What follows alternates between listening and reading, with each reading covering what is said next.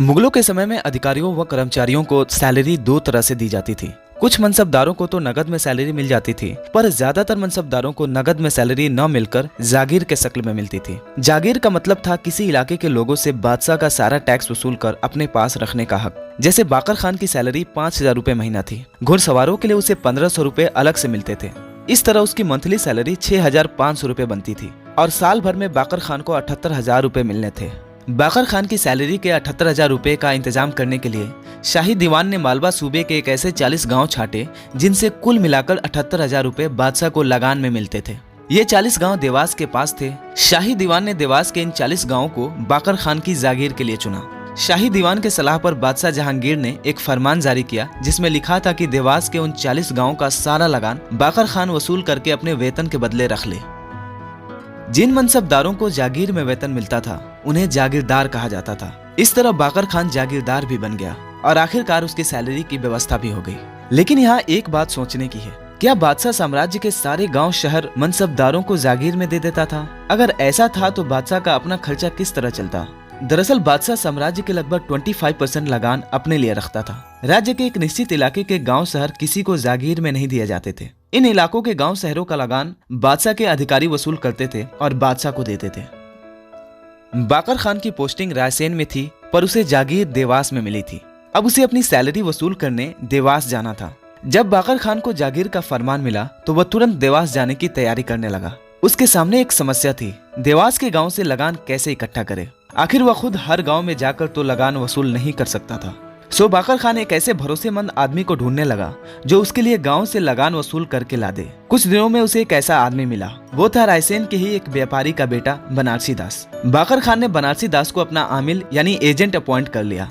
बाकर खान ने बनारसी दास से तय कर लिया कि लगान लाकर देने के बदले बाकर खान उसे कुछ रुपए देगा। फिर बाकर खान ने बनारसी दास से 2,000 रुपए जमानत ले ली, क्योंकि अगर बनारसी दास हिसाब में गड़बड़ करता या लगान लेकर ही भाग जाता तो बाकर खान का तो बेहद नुकसान हो जाता। इसलिए बाकर खान ने पहले ही बनारसी दास से जमानत ले ली। सारी बातें तय करके बाकर खान और उसका आमिल बनारसी दास देवास के लिए रवाना हो गए, जहाँ बाकर खान का जागीर था। पहले वे वहाँ के दीवान से मिले। दीवान ही वो अधिकारी था जो उस इलाके के गाँव की लगान का हिसाब रखता था।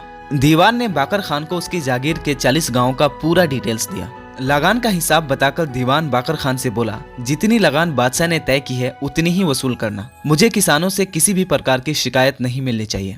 अगर ऐसी शिकायतें आई तो मैं बादशाह को खबर कर दूंगा, वे तुम्हारे पद और वेतन में कटौती कर देंगे।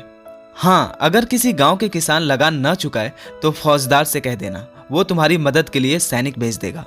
दीवान और फौजदार से बात कर बाकर खान और उसका आमिल गाँव पहुंचे।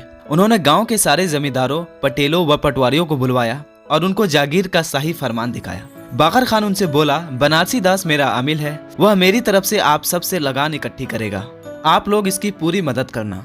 इस तरह सारा इंतजाम करके बाकर खान रायसेन लौट गया। बनारसी दास ने उसकी सैलरी गांव से वसूल किया और उसे ला कर दिया। एक दिन आगरा से मीर बख्शी का आदेश आया। 2 महीने बाद बाकर खान को अपनी सेना लेकर आगरा बुलाया था। वहां बादशाह द्वारा उसकी सेना का निरीक्षण होना था। आपने इस वीडियो के दूसरे पार्ट में देखा था कि हर मनसबदार को कुछ फिक्स घुड़सवार रखने थे। इसी तरह बाकर खान को भी 100 घुड़सवार रखने थे। बादशाह देखना चाहते थे कि मनसबदार घुड़सवार रख रहे हैं या नहीं।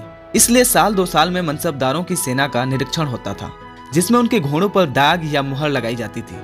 साथ ही उनके सैनिकों का हुलिया भी लिखकर आगरा में दर्ज किया जाता था। अगर इंस्पेक्शन में मनसबदार अपनी पूरी सेना नहीं ले जाता तो दंड के रूप में उसके पद में कमी की जाती थी।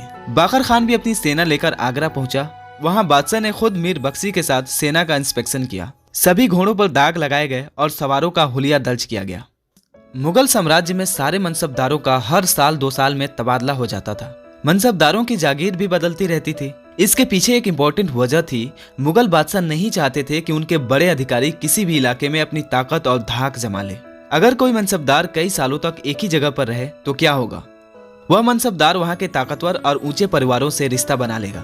उनकी सहायता से वह बादशाह के खिलाफ बगावत भी कर सकता है। इसे रोकने के लिए मनसबदारों का और उनकी जागीरों का लगातार तबादला किया जाता था। बाकर खान के कई तबादले हुए, कभी मुल्तान, कभी आगरा, कभी अवध, तो कभी बंगाल भी उसे जाना पड़ा।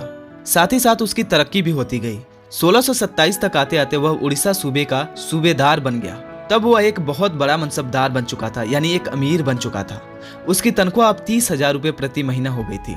उसे 5,000 घुड़सवार रखने पड़ते थे, सो उसके लिए अलग से हर महीने 80,000 रुपए मिलते थे। बाकर खान को 30,000 रुपए हर महीने मिलने लगे थे, और वो भी ऐसे समय में जब 1 रुपए में 40 किलो गेहूं मिलते थे। तो इस हिसाब से आप ये अंदाजा लगा सकते हैं कि ये रकम कितनी बड़ी थी। दोस्तों, ऐसे ही वीडियोस के लिए आप इस चैनल को सब्सक्राइब करें और इस वीडियो को लाइक करें और कमेंट्स में बताएं कि ये वीडियो आपको कैसी लगी।